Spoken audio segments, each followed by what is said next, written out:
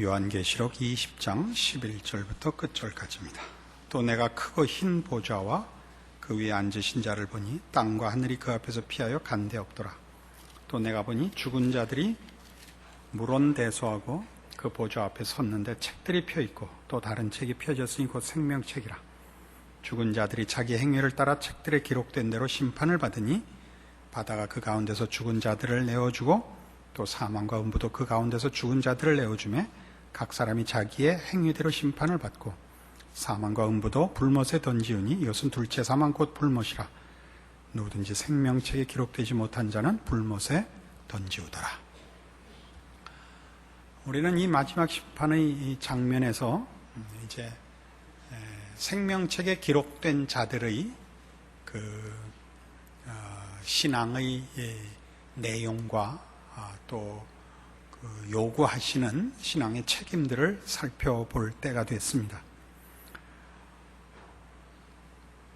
이 생명책에 기록된 자들은 이 앞에 벌받는 자들과 어떻게 대조되고 있느냐 하면 13절의 끝에 나오듯이 각 사람이 자기의 행위대로 심판을 받습니다. 그러나 우리 구원을 얻는 자들은 생명책에 기록되어서 구원을 받습니다. 이 대조를 잊지 않으셔야 됩니다. 여기에 지금 자기의 행위대로 심판을 받는 자들을 사망과 바다가 그 가운데서 죽은 자들을 내어주고 사망과 음부도 그 가운데서 죽은 자들을 내어준다는 것은 바다나 사망이나 음부나 평행법적 반복으로 다 같은 의미입니다. 이 죽은 자들은 우리 앞에 살펴본 바와 같이 하나님의 백성들이 그리스도로 더불어 1000년 동안 왕노릇하는 기간에 이들은 말하자면 영원한 심판의 예비적인 상황 속에 있다, 그런 의미죠.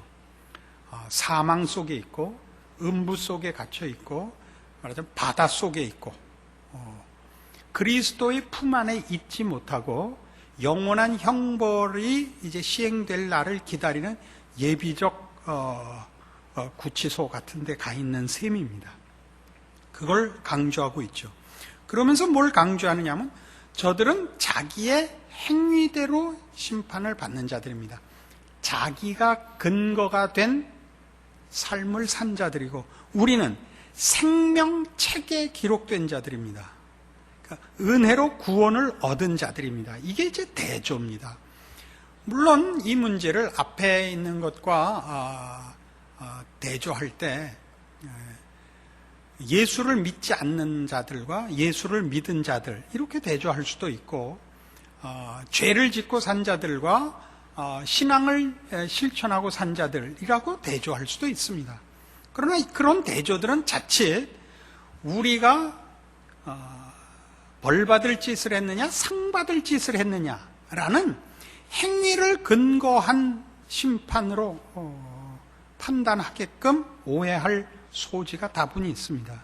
그러나 지금 성경이 얘기하는 것은 그런 대조, 무엇을 행했느냐의 대조가 아니라 어디에 속했느냐를 묻고 있습니다. 자기 자신에게 속했느냐, 예수 그리스도께 속했느냐입니다. 자기 자신에게 속한 자들이라는 것은 죄인으로 태어나 죄 속에서 죄의 주장대로 산 자들을 말하는 것이고, 생명책에 기록됐다는 것은 구원함을 얻어 그리스도 안에 소속됐다는 것을 말하는 것이죠. 그러니까 우리가 이 부분을 놓고 이제 이 생명책에 기록된 자들이라는 것을 다른 의미에서 생명책이라는 말 자체가 뭘 의미하고 있어요?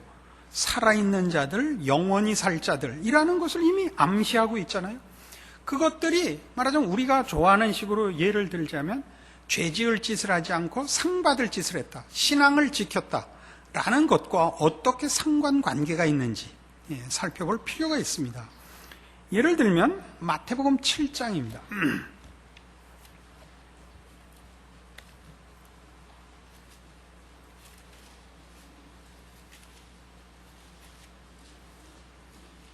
마태복음 7장 21절 나더러 주여 주여 하는 자마다 천국에 다 들어갈 것이 아니요 다만 하늘에 계신 내 아버지의 뜻대로 행하는 자라야 들어가리라.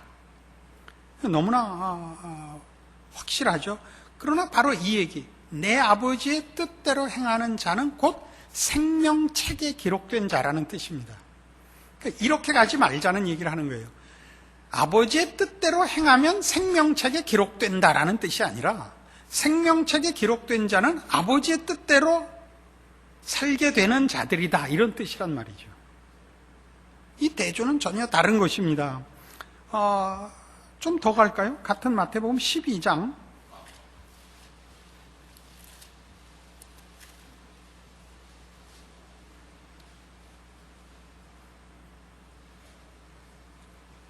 33절 나무도 좋고 실과도 좋다 하든지 나무도 좋지 않고 실과도 좋지 않다 하든지 알아. 그 실과로 나무를 아느니라. 이게 무슨 얘기냐면요, 예수님께서 귀신을 내어쫓자 그 반대하는 자들이 뭐라 그랬냐면 저건 귀신의 왕 바알세불의 힘을 얻어서 귀신을 내어쫓는다 라고 말을 했거든요. 그러니까 예수님께서 대답하시기를 내가 하는 것이 옳거든, 과일이 옳거든 나무도 좋다고 해라. 과실은 좋은데 나무가 나쁘다라는 말은 통하지 않는다라고 답변하시는 장면입니다. 우리 조금 전에 봤던 마태복음 7장 얘기도 모두 그거였죠. 아름다운 나무가 아름다운 과실을 내고 아름답지 못한 못된 나무가 못된 열매를 맺는다. 그러므로 열매로 그 나무를 알지니라. 이게 연속되는 그 설명입니다. 생명책에 기록됐기 때문에 아버지의 뜻대로 행할 수 있게 된 자들인 것입니다. 우리가 훨씬 더 자주 인용했던 요한복음 15장에 가시면 바로 이 얘기지요. 15장 5절 나는 포도나무여 너희는 가지니 저가 내 안에 내가 저 안에 있으면 이 사람은 과실을 많이 맺나니 나를 떠나서는 너희가 아무것도 할 수 없습니다.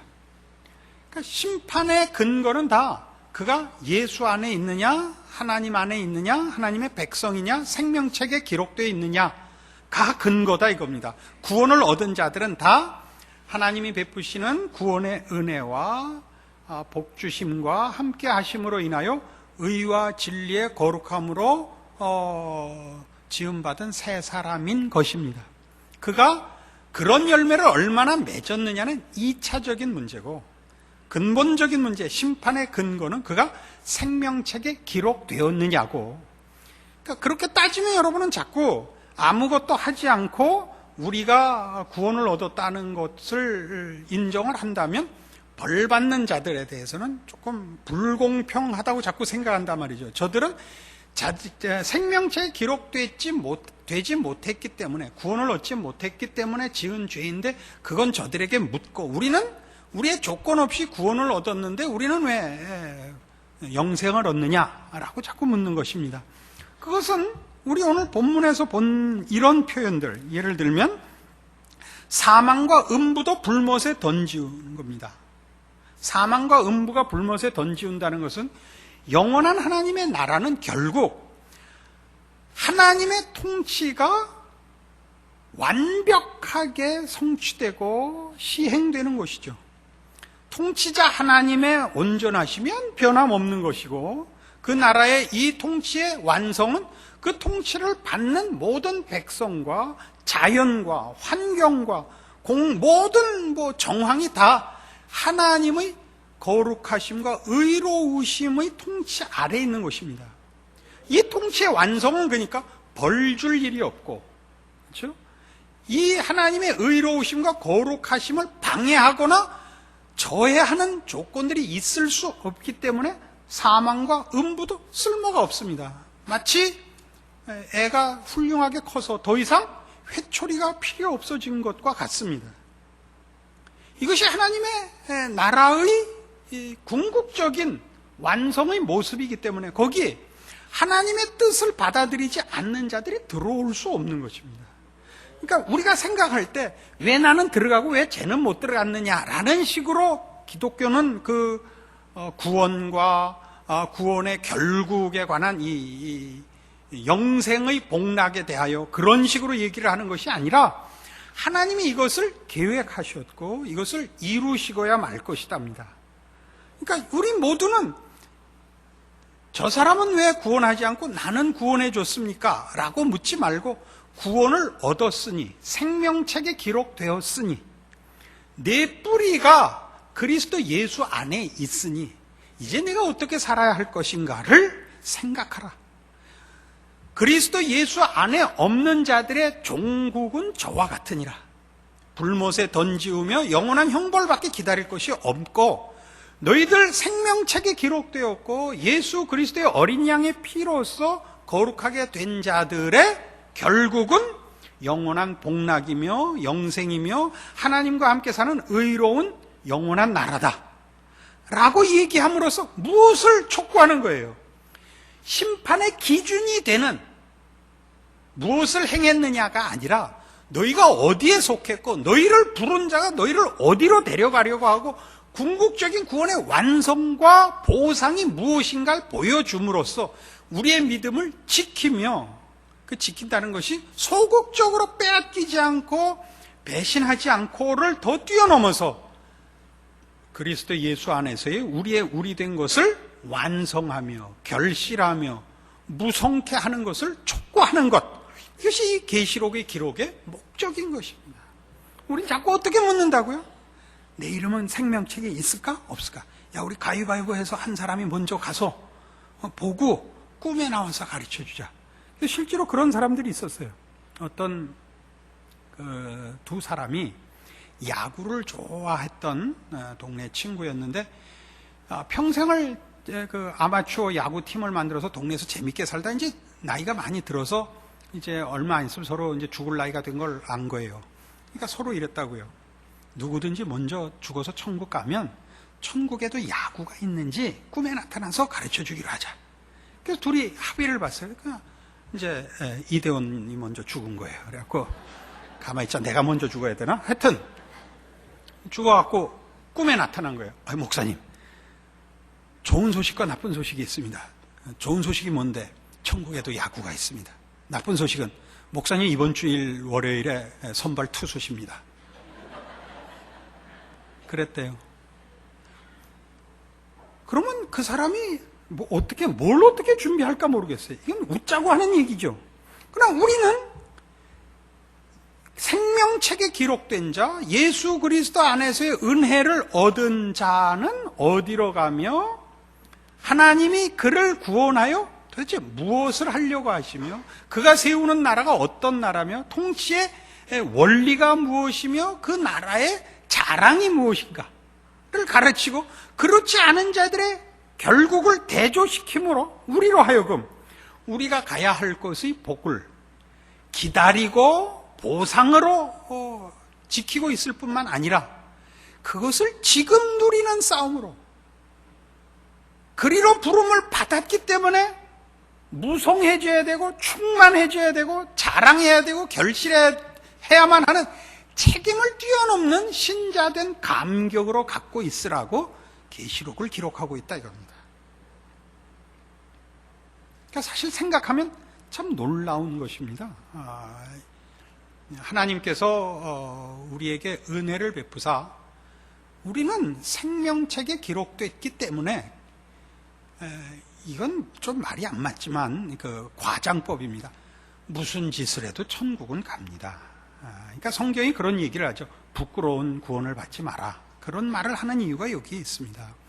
우리가 얻을 구원이 분명하며 그 하나님께서 종말이라는 것을 준비하고 계시고 그것은 다만 심판을 위해서가 아니며 상 받을 자와 벌 줄 자를 위하여 만들어 놓은 종말이 아니라 하나님께서 그의 백성에게 하나님의 모든 충만하심과 복되신 것으로 채워 영광과 희락의 결국을 약속한 나라를 준비하셨고 이루고야 말 것이기 때문에 그것을 근거로 하여 오늘 우리 보고 어떻게 살아야 할 것인가를 생각해 하기 위해서 성경이 이 종말을 기록하고 있는 것입니다.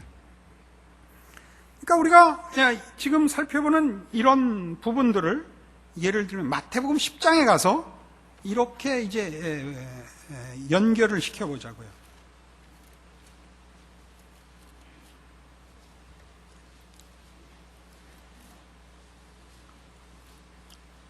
마태복음 10장 32절 누구든지 사람 앞에서 나를 시인하면 나도 하늘에 계신 내 아버지 앞에서 저를 시인할 것이요 누구든지 사람 앞에서 나를 부인하면 나도 하늘에 계신 내 아버지 앞에서 저를 부인하리라. 이게 무슨 얘기가 되냐면 사람 앞에서 떳떳이 자신의 신앙을 선언하고 부끄러워하지 않고 또 부끄럽지 않도록 신앙생활을 해라, 이런 정도의 문제가 아니라 이 결국을 보고 나면 생명책에 기록된 자는 다 구원을 얻고 생명책에 기록되지 못한 자는 다 불못에 던지운다는 하나님의 궁극적인 계획과 뜻의 운명을 보았으면 언제부터 그 편에 서고 언제부터 그 준비를 하고 언제부터 그 일로 매진해야 되느냐? 이 세상에 있을 때부터다, 이런 얘기죠. 지금 우리에게 그 아들을 보내시고 우리로 예수 안에서 구원을 얻게 하시고 하나님을 알게 하신 그 하나님은 이 하나님이거든요. 마지막 심판 때 앞에서 모든 사람들을 영원한 상으로 또는 영원한 벌로 심판하실 하나님이시거든요. 그 하나님을 여기서 알고 있습니다. 우리의 삶 속에서 하나님이 그의 독생자 예수 그리스도 안에 있는 구원을 우리에게 결실하십니다.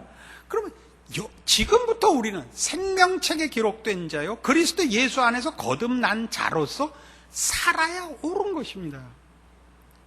그렇게 안 살아도 생명책에서 이름이 지워지지는 않지만 세상 사람들이 예수 안 믿고 하나님 모르면서 죄 가운데서 산 자들이 자기를 근거하여 살아서 하나님 앞에 영벌을 받을 수밖에 없는 길에 우리가 쫓아가고 기웃거리고 하는 것은 모순된 것이요, 미련한 것이요, 방탕한 것이다. 이게 성경 전체의 강조점이죠.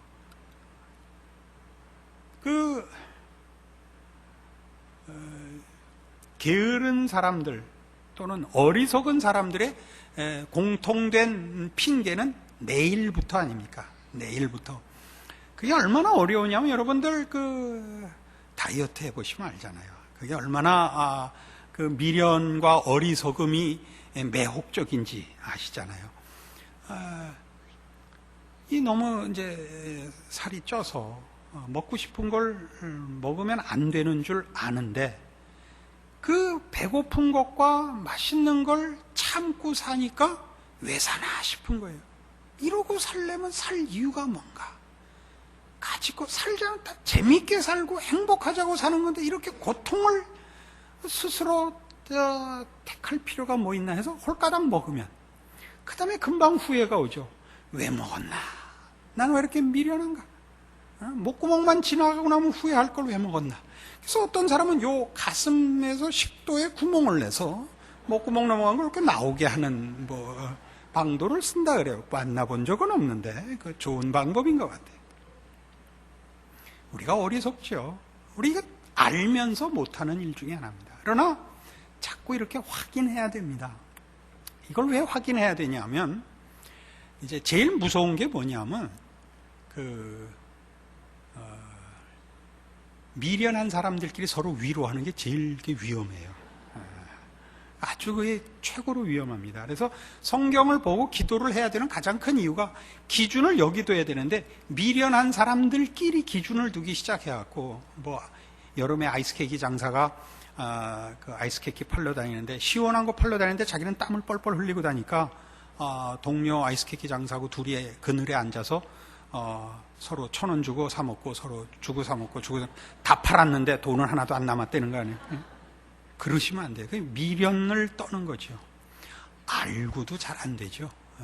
그러나 이렇게 자꾸 확인해서 최소한 오늘같이 이렇게 다시 한번 격려를 받고 이렇게 분명하게 지적을 받으면 다시 한번 결심을 해서 사흘을 또 버텨야 됩니다. 그럼 주일이 오고 주일날 욕 직사게 하면 또 사흘 버티고 이렇게 하라고 수요일 예배를 정한 것이죠. 이것은 마태복음 25장에 가면 이렇게까지 확대됩니다. 봅시다.